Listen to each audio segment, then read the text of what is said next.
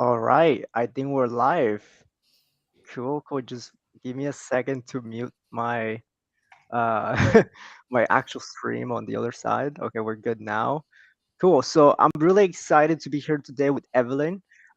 She is going to be talking about introduction to level design. She's a very active community member on Roblox.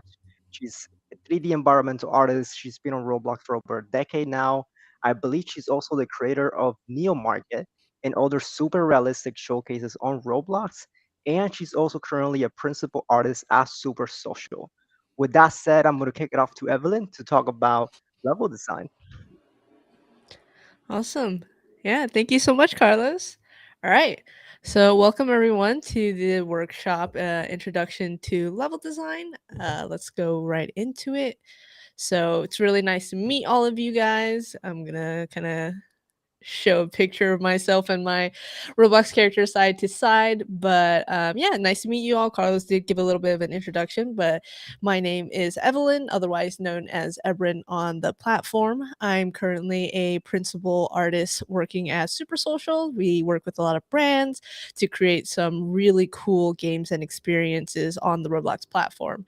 And prior to Super Social, I've actually worked on a lot of different front page games and also just side indie games as a level designer and environment artist. I've done a lot of games ranging from shooters like Bad Business and Big Paintball to rhythm games like Funky Friday, and then things like branded activations like the George Ezra concert, Guacathon, all of those. So I've touched a lot of different games. I've designed lots of levels to keep players engaged and coming back.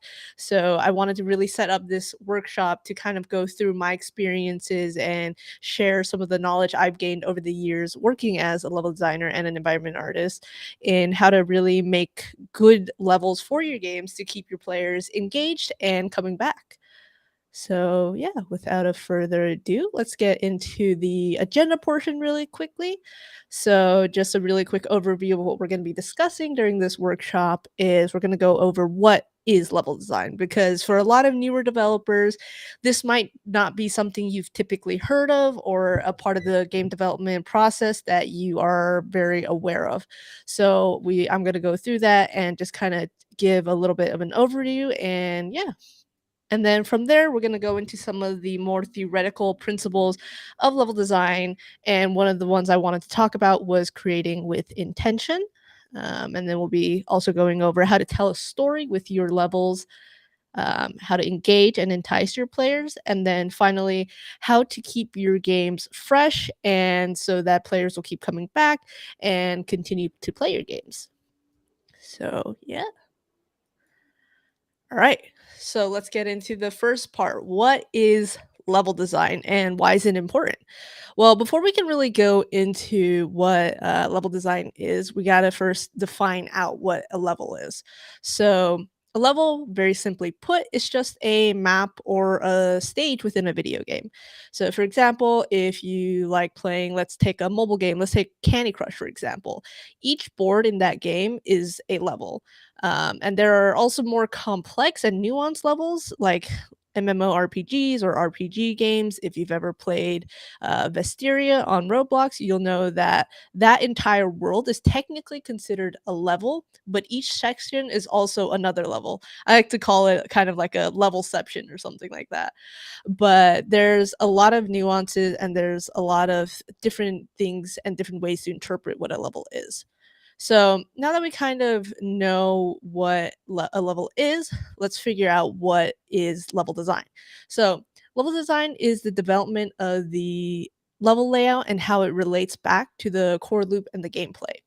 Why is this important? Well, because level design acts kind of as the bridge between the intended gameplay and the actual player experience. It creates that sense of progression within your game. Without a level, the player would really just be aimlessly interacting with a set of features with no goal. So kind of thinking of it almost like a kind of just like a technical showcase without level or without a level design. And then level design within the game development is also very multidisciplinary. So myself, I am a environment artist first and foremost. However, I take in a lot of game design principles and also take in knowledge from game design and apply it to these levels. So when you're creating these things, you're going to eventually be projecting this within a 2D and 3D space. So you need to consider both the theoretical parts and the more functional technical side of things. So that's why when you get started with level design, you're going to be incorporating a lot of different things. So yeah, let's go right into the next slide. Very quickly, we're gonna project on screen a QR code so that you can take a little bit of a quiz break. I believe you can actually win something from this if you uh, get the answer correct. So yeah, it's gonna just display for a couple of seconds. And yeah, let's now get into one of the first principles, which is creating with intention. So, as I mentioned before, when we were introducing the agenda and also what level design was, is that you use your level to tie the gameplay and all the functions together. So, the relation back to your core loop. And now let's first figure out what a core loop is. So, a core loop is just a series of actions your player is going to be conducting and repeating throughout the entirety of your game. It serves to create the flow of your game. So, for example, let's take a RPG. An RPG game can really be simplified to three repeatable steps, which is you explore the world, and then you find an enemy or a mob, you fight them, and then if you win, you collect your reward, and then you restart that core loop all over again. So it's just explore, fight, and collect. So obviously, most games are going to be a little bit deeper than just the core loop, but the core loop is the very bare bones action. It's what you should be really modeling your game after. You need to have a core loop before you can really go deeper into things. So now that we've kind of established what a core loop is, we're going to try to understand how to create levels that enhance your gameplay and not hinder it. So think about things like spawn points. When you're placing a spawn point within a map or within your level, you want to make sure that it's in a place where it's not going to make players travel too long of a distance between the spawn and their first objective and goal. What I like to always say is get your players engaged with the core loop as soon as possible. This means that if you're doing an RPG game, you put your spawn and the first mob or enemy in a place where it's going to take maybe only like 5 to 10 seconds to engage with. This way, players will get engaged with the core loop and learn the mechanics of your game as soon as they can. So, what I like to say is use your core loop as a tutorial. A lot of players learn just by doing. So when they start playing the game, that's when they learn how to play your game rather than having a bunch of different screens and different UI pop up on their game and saying, like, oh, you need to do this or you need to do that. The best way is literally get your players engaged into your game. So what this means is if they're spawning in the world, they, as I mentioned, they should take 5 to 10 seconds and they should already be in front of a mob or a set of monsters or something, and they can easily battle within that 5 to 10 seconds. Another example is FPS games. When you and this goes all the way back to like enhancing the gameplay and not hindering it. So when you're playing an FPS game, you have to think of where you're placing one team spawn versus another team spawn. If you place their spawns too quickly or too closely together, what you end up doing is you accidentally create an inherent advantage for one team. This means that if you guys are familiar with the term, spawn killing happens. So let's say team red is at an inherent disadvantage and team blue is at an advantage because team blue is in a point where when they spawn, they can instantly kill the first person who's spawning on team red. That's creating an inherent advantage and that's hindering your gameplay. So your level is inherently hindering the gameplay versus trying to enhance it. So you want to always make sure that when you make your level, you're keeping in mind the core loop and you're really working to enhance that. So the other thing that I always try to emphasize is having a simple first time user experience. So unlike traditional game platforms or just traditional games in general, Roblox is inherently multiplayer and it's also a very low barrier of entry. This means that from the beginning of when a player signs up on Roblox to when they play their first game, it's super simple. It's free to play. You download it and you automatically have access to hundreds, if not thousands, of different games. What this also means, though, is that a player, if they're bored with your game, if they can't find what to do in the first couple seconds to minutes, they're going to leave and they're never coming back because they can easily be like, well, I don't want to play this game. There's another game exactly like this where it's easier to play, it's easier to understand. So I'm going to leave and go play that. So that's why you want to create the least amount of resistance between the player and the core loop, at least in the beginning, really. So why did I really specify the beginning? Because when players first start the game and their engagement with the core loop, that's, as I mentioned, when they really play with the tutorial. That's when they engage in what is technically the tutorial stage. But later on, once they've kind of gotten past that point, you can start really layering into different functions of your game and different additional content. And this is something we're going to cover in later slides as well. But in the very beginning, you just want to make sure that that first time user experience is very quick, very simple, and that players can just get engaged as soon as they can.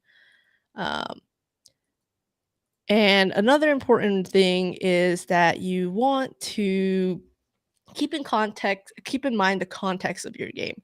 Different game genres are going to affect how you set up your level and how it ties back to the core loop. So as I said, each genre is going to vary. For example, we spoke about RPG games and we also spoke about FPS or shooter games. Those two will have very different level designs because of how their core loops are set up and also for the function of their game. So for an RPG, it tends to be very open world. There's a very linear set of progression in it, and the level is the progression. However, for an FPS game, sometimes you'll see like arcade shooters where it's round based. So it's looping different levels, different maps at a constant. So the progression there is a little bit less concrete in the level itself. There's other gameplay elements that are tying back to the progression system. Like there's if you win a match, you get some currency, you can buy new weapons, new skins, all of that. So you really want to keep in mind that context when you're designing these levels because two different genres are not going to have the same exact level. All right. And then kind of switching over to the next topic, which is the create with a story in mind. So you always want to keep a story in mind when you're designing your levels. Remember, the levels is what is going to be connecting all of your gameplay elements together. So it's what's driving the progression within your game. And because of that, you should always ask yourself two important questions. What do you want your players to accomplish? And what goals are you trying to set within the level? Your level's progression is what's going to define out the player's journey. So, by creating different functionalities like interaction, hot zones, and all of these different areas, you're essentially going to create a story through that level. So, if I create a area within an RPG game, let's say I make a forest, that forest might have its own story. There might be a side quest in there that you're battling these different monsters or something, and that's what's creating the story with the level.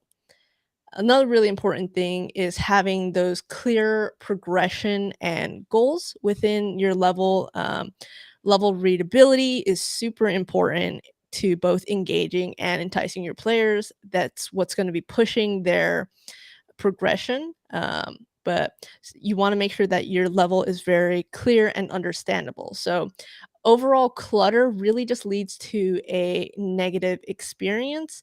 When you put too many things in one place for a player, they're going to easily get overwhelmed and overstimulated. You want to make sure that you have a clear separation of what's going on within your level. There should be a there should be a balancing of hierarchy.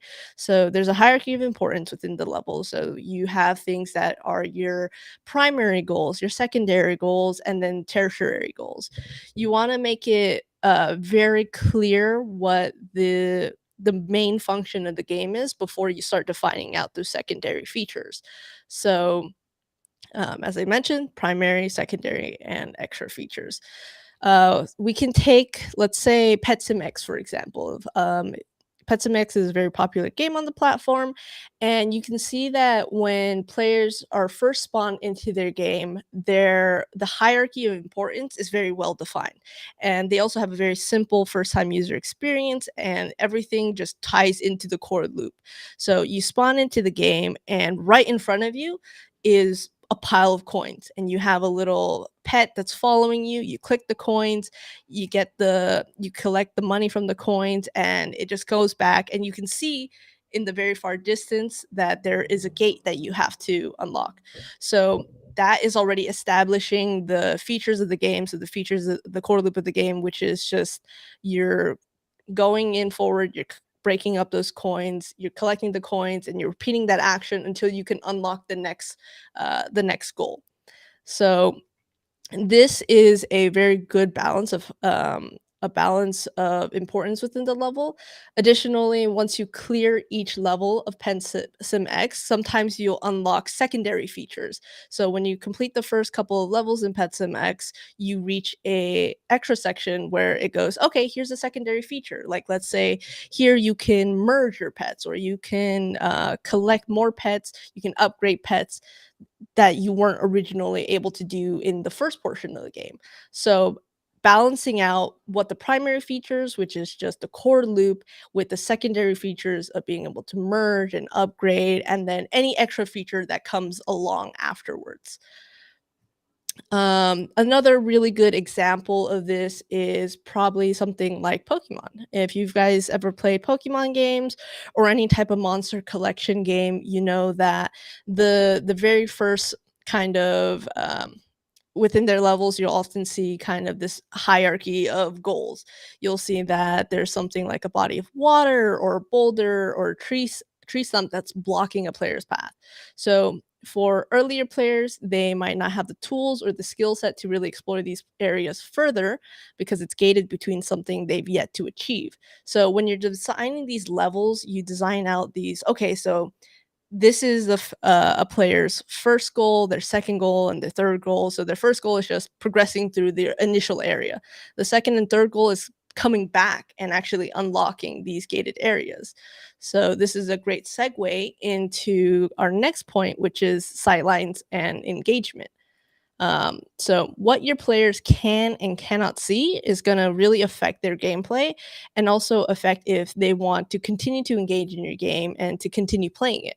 So you want to set up your levels to really encourage players to explore and to engage. So previously we were talking about the concept of hierarchy of importance, and also just kind of representing a sense of progression within your levels through, gated or blocked off areas, or something that that players can see that's like, oh, that's something I want to do. So when you are doing this, you're establishing the short and the long term goals. When a player first spawns into your game, they should immediately see a couple of different things. So we said we want to have a good simple first time user experience, so that means having everything within the core loop in the first thing that they see. So whether that's spawning into a simulator and seeing the core loop right in front of them, that's their first kind of short-term goal. That's the part where we say, okay, they're engaging in the gameplay, they kind of teach themselves how to play the game. It's that tutorial section.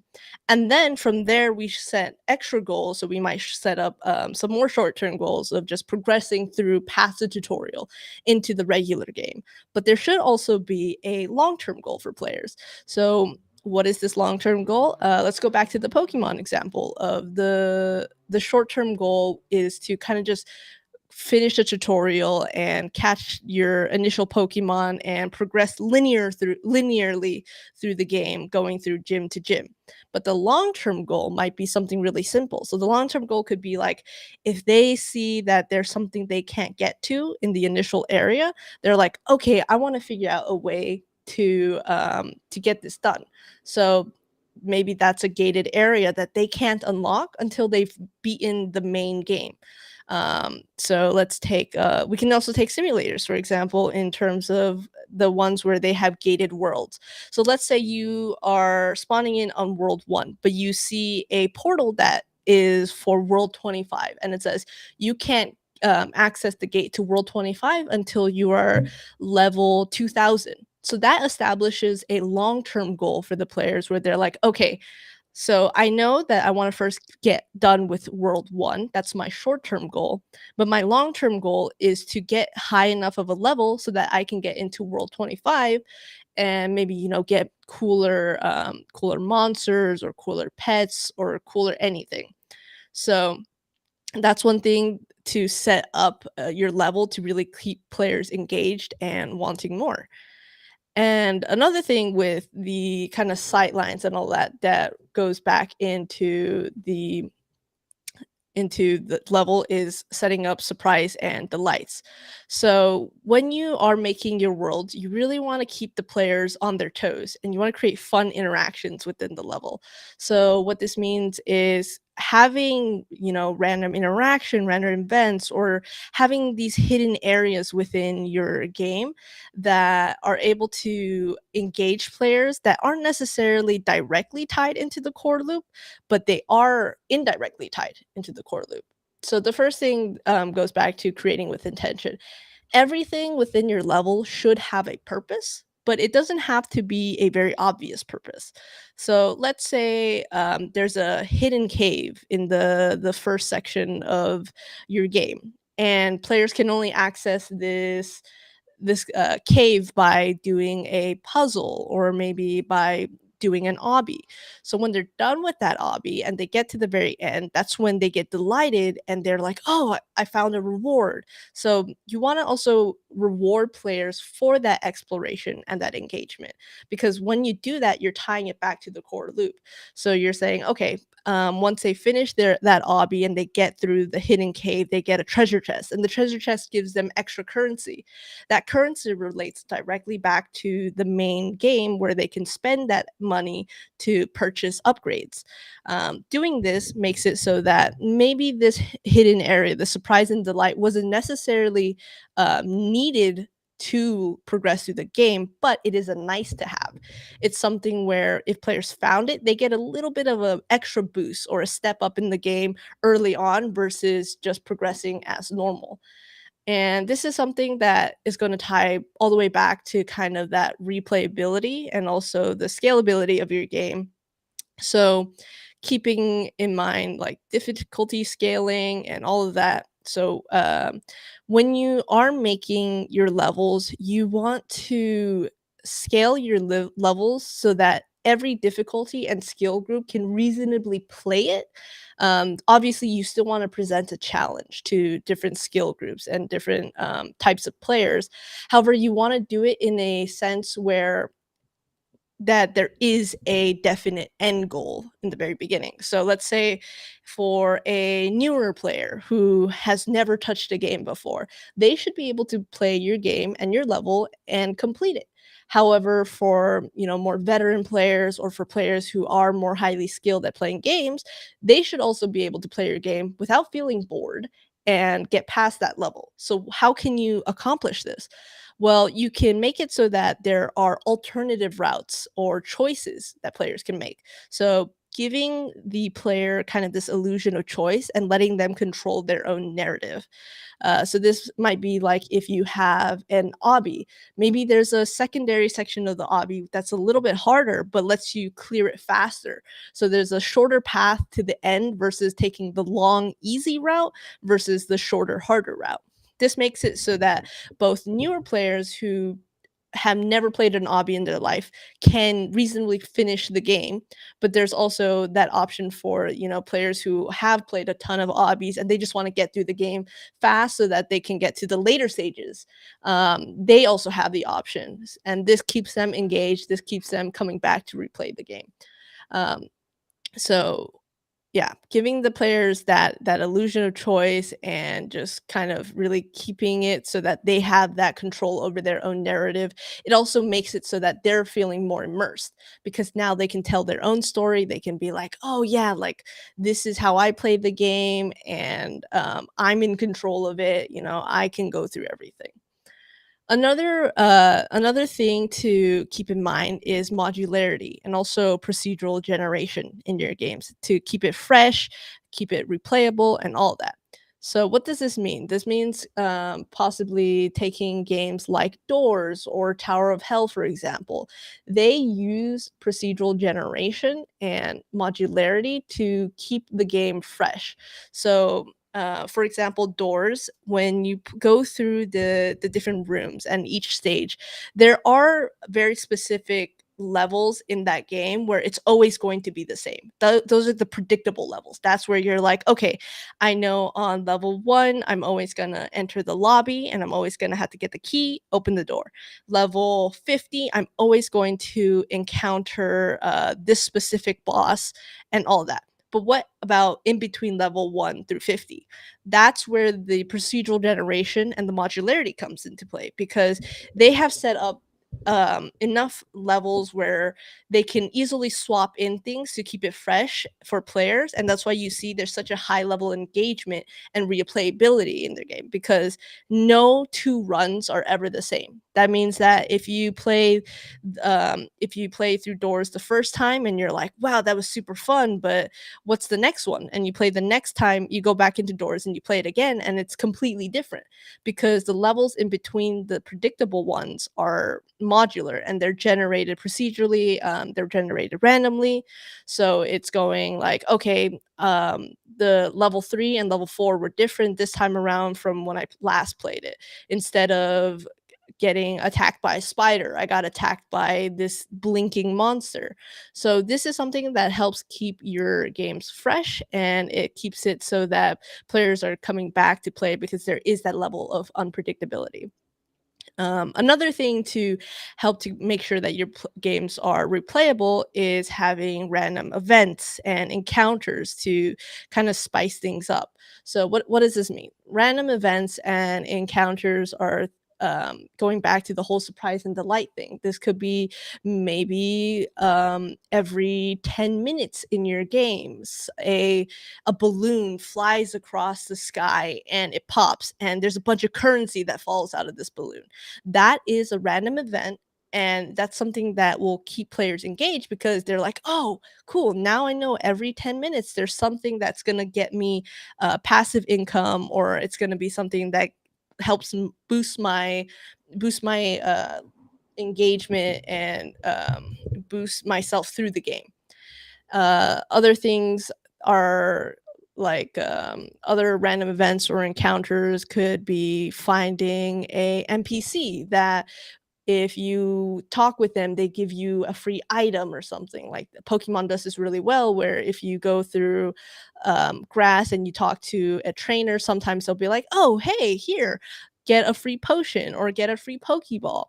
That's something that's going to help to just give that level of replayability and also keeping your players engaged and wanting to play more.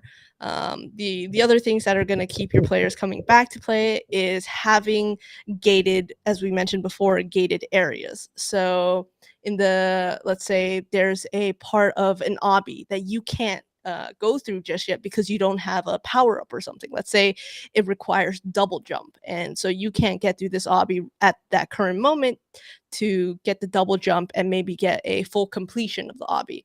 So you get through the entirety of the obby, you unlock the double jump skill, and you go back to that portion where it's like, oh, this place needed a double jump. I'm going to use it now. And then you finally get a full 100% completion. And what this also involves is it involves more hardcore players who are looking to 100% your game or to really just go through the entire game, play everything. this makes it so that they have extra content to keep up with and come back to your game, engage with it.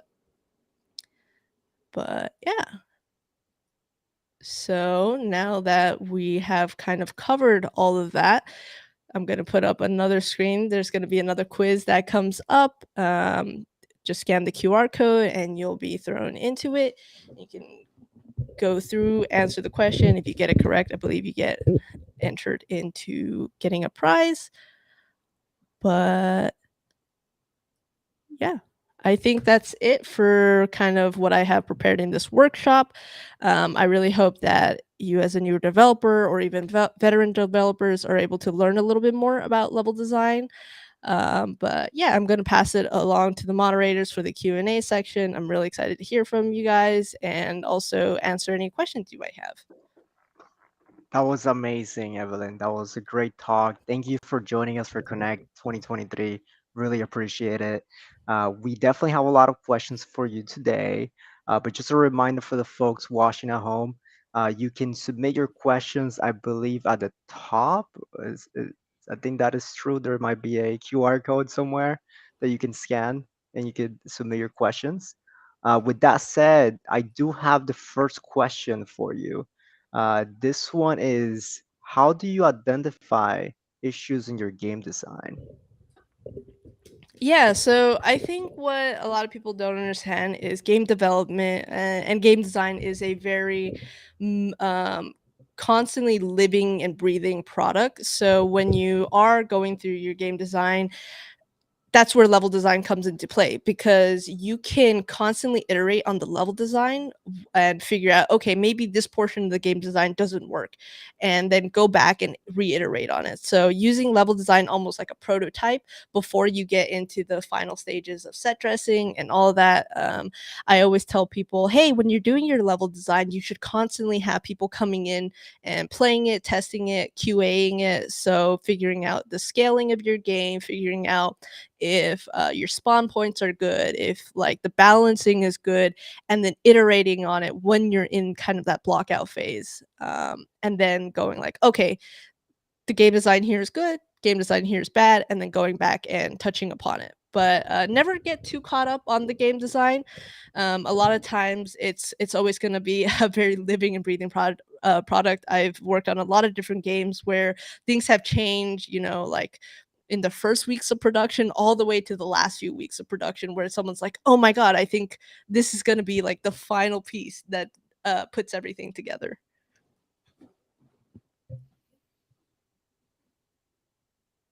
Ooh, Carlos, I think you're muted.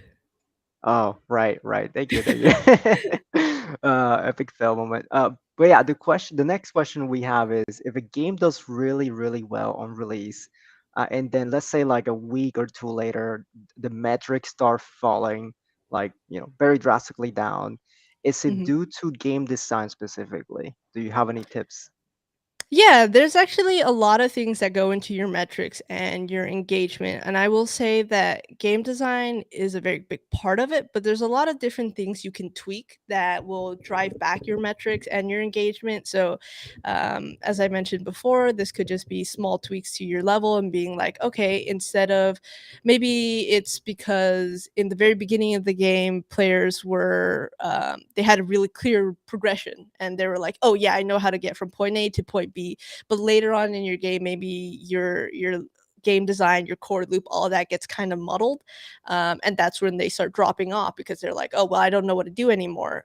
Maybe you ran out of content. So this is where the whole part of scaling your game and making it replayable comes into play, where you want to make sure that there's no true end game, at least not for a game on Roblox. A lot of times games on Roblox are very live ops centric because it's constantly being updated. There's always new content coming out, and that's how you kind of compete with other games on the market. Other things that might drive your metrics are really simple things. I think a lot of people miss this, might miss this, but it's like even just structuring your title a certain way, or making your thumbnail a little bit more eye catching, making your icons have like a cool new icon rather than the old one.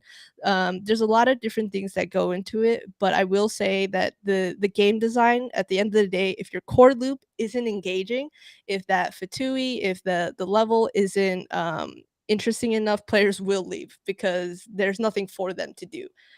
So you want to make sure that you get a really clear and concise core loop. Sweet. I agree on that feedback of like sometimes it's just like adjusting the title and the thumbnail that Yeah. does a lot of wonders. Yeah, absolutely. There's been games where where we A/B test it, and it's like Mm. one icon could dramatically boost the game from like maybe a couple hundred players to a couple thousand, and it's literally just a simple switch. It's almost like YouTube thumbnails sometimes. Like if Mhm. you see YouTube thumbnails and you're like, oh, that one's kind of boring, and then you see another one, it's like, oh, that one's more eye grabbing, so I'm gonna go and touch that one. Sweet. Thank you, Evelyn. So the next question is about, so is it better for an experience to have a more complicated gameplay loop or a more simple gameplay loop? Simple. Always go with simple. You just want to have like a very defined out core loop, and it's, as I mentioned, should just be three, if like 3 to 4 steps. That's it. As I said, RPG, it should just be explore, fight, collect, and then have that continue to loop and loop. The reason behind this is when you make it too complex, if you add too many elements into your core loop, what you end up accidentally doing is you can create confusion. So let's say my RPG was 3 steps in the very beginning, but then now I've added so many different systems. I added trading, I added like a random card fight, or added like this whole new thing. They start You start breaking up that core loop to the point where you don't have a game anymore. You just have a display of you just have a technical display again. As I mentioned, you want to use your levels to connect both the features of the game with what the players are actually meant to be kind of engaging with. So always stick with simple and then move forward from there. If the very base of your game is not fun and engaging, if that core loop isn't there, nothing else will be there. Sweet. So the next question is, how do you collect feedback from people who test your game? What's the most effective way to do that? Yeah, so a few different ways. I think the for people who maybe you don't know how to get started, I always recommend, hey, just go to your friends, just go to people that you know who like playing video games or are on the platform, and just say, hey, can you test my game? Can you play it? Is it fun? Sometimes this might create a biased reaction, but for larger studios or for people who have a little bit more influence or range, what's always a great way is kind of exploring the community. There's usually like volunteer QA programs, or you can go on Twitter and you can be like, "Hey, there's a game. Here's a game link. Can come join it. Let me know how it feels." When you get into the more formal kind of QA testing, what usually happens is people run programs for this. So they bring on a set amount of testers. You always want to vary your testers as well. You want to be like, okay, so I want let's say ages 13 to 18, and I also want a wide demographic to play it, and then getting feedback from that. You want to make sure that when you structure your questions, you're not making a leading question, so you're not being like, um, is this feature fun, and like, why is it fun to you, or something like that. You want to make it clear where it's like you're just letting the player give their opinion without put putting your own opinions on it. You don't want to create a bias when you are getting these pieces of feedback.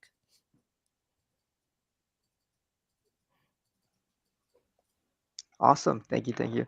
So I do have a question about, this is a question that I saw it, someone asked it.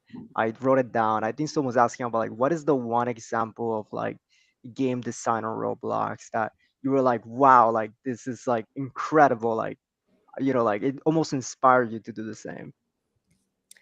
Um, Let's see. That's a pretty tough one. I think it's gonna have to be Doors. I think like when I first played Doors, I remember it was like when it first came out, it was like such a big hype thing. And I'm not usually one to get on to any games based on hype. I'm more so just like, oh, this is some type of game I like to play. But like everyone's telling me you gotta play Doors. So when I went into it, I was like, everything was just so well done. It was so cohesive. Like as an artist, I was like they nailed down their style. They have one particular style that they're consistent throughout. They have good soundtrack, there's a lot of good reactivity, there's good UI, VFX, all of that. And then on the game design side, their core loop, it's so simple. It's there. It's literally just you're going through the rooms, you're unlocking stuff, and you're just progressing. That progression is super linear and you know what to do. You go through the door, you get to the next one, but then there's also layers on top of that you see. So as I mentioned before, they layer on top of the procedural generation. They have random events, random encounters. There's like so many different things that they add into it, but it's always because they built on top of the core loop and they just added these kind of secondary and tertiary features that um, help to enhance it and not hinder the game. So yeah, I think I would say Doors is probably like that main game where I'm just like I'm in awe at it, and like the success of that game, it makes sense to me because to me that game is very well done. So kudos to L Splash and like that whole team. I agree. Doors is an amazing game. If you haven't played it, you should definitely play it now. All right, so the next question I have is super interesting. So this question Mhm. is about how do you balance item pricing and upgrades in simulators in a way that it balances, for all players, especially those who like love to grind in a game versus those who prefer to play a game in chill mode. Yeah, so I think this is a really interesting question because I've had discussions about this a lot. And there is one maybe slightly unpopular opinion, and this is from a couple of friends of mine who love to just buy game passes. When they play a game and they're like, you know what? Yeah, Carlos, you did the same. What they do is if they want to get past the first couple of levels, they just bypass those couple of levels. But this goes back into the whole discussion of giving players a choice, the illusion of choice. So when they first join a game, they should be able to be like, okay, if you're a more chill player, you're just kind of a casual gamer, you go in, you just play the game as normal, versus if you're maybe a more hardcore player, you're going to be like, I want to grind this game through. So what I'm going to do is I'm just going to buy the first couple of levels and go through it.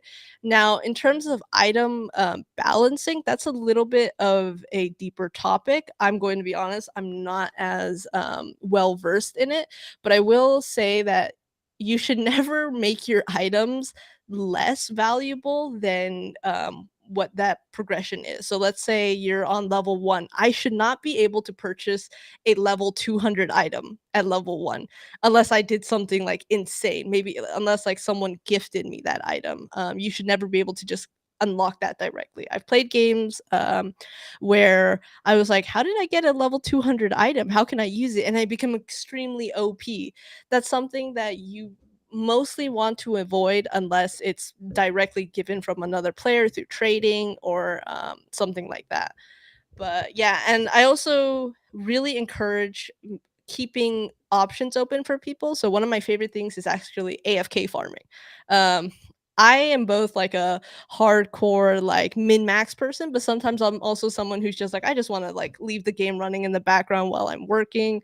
So having these options like AFK farming or auto clickers, all of those, that's something you also want to integrate into your game, especially if it's a simulator, so that you can keep both casual and hardcore gamers who are going to be in your game. And one thing about AFK farming and these auto clickers is they drive up your engagement time. Because if you think about it, if a player's just going to AFK there for 20 minutes, that's a whole extra 20 minutes that they're staying in there, rather than if they're like, oh, there's no way for me to AFK, I'm just going to leave. So that will also help drive up your player retention. Awesome. Thank you for the answer. So I have a really interesting question that came up, and this is about For games where like you have large maps, large worlds, what are some of the best ways to like optimize for engagement, especially like if you have a city game and you have like players scattered around the map? Yeah, one thing for like open world games and RPGs is you want to always have some type of hub for that. So, what you'll see with a lot of MMORPGs is, yes, it's very open world, but there's always like kind of like checkpoints areas where it's like, oh, this is the first city, second city, third city, and in those cities is where you'll really have that kind of like culmination of all these different players, people who are going to be trading, people who are just showing off their gear, their items. That's something you want to build in. Additionally, when you are making out your levels and you're kind of designing out your game, you want to see how can I make this multiplayer, how can I make it so that both players who just want to solo grind it can do that, but also have the ability to party up with your friends and go through the world. Because when you can do that, you're going to instantly drive up your retention, because now players like, oh, like I can play this game with my friends, and when I'm playing with my friends I lose track of time, and so then I'm going into it and I'm playing for longer. So you want to build it out to be where you're friendly to both types of players. And then with open world games and optimizing them on the platform, I always suggest kind of breaking up your maps. um, Mainly because, I mean, Roblox as an engine, there's still some limitations in terms of like how big your map can be. And think about it, you're running Roblox on mobile, on PC, on Xbox. You're going like on a wide variety of platforms. So in order to hit as large of a demographic as you can, you want to make sure your game is optimized and your map is also optimized, so that when a player is playing, they have the best experience possible. Because if I'm lagging in a game, I don't want to play that game, because I'm like, oh well, I can't do anything, I'm gonna leave. So you always want to make sure to keep that in mind as well when you make out your map sizes. Awesome. Thank you so much, Evelyn. This is really great. Awesome talk. Appreciate it. It's a lot of people engaging in the chat. Um, Thank you again for joining us for Connect and for sharing your knowledge with the community. Really, really appreciate it. With that said, do you have any closer remarks for the crowd? Yeah. Not really. I just want to obviously thank you guys for giving me the opportunity, and also to everyone in the chat and all those who have submitted questions, engaged. I really want to thank you guys. And yeah, I just really hope that you were able to take something away. I also always put this out there, but I'm always open to chatting about these things. If you ever have questions, like, can DM me on Twitter or something. I love just having these open discussions, because not only will you learn, but I learn as well. I'm always big on just kind of exchanging knowledge. So yeah. Awesome. Appreciate it. And for those of you who happen to speak Portuguese, stay tuned for our next workshop. I believe it's called Code Optimization and Game Performance by Rafael, and it's happening at 5 p.m. PST. But yeah, see you all there. Bye.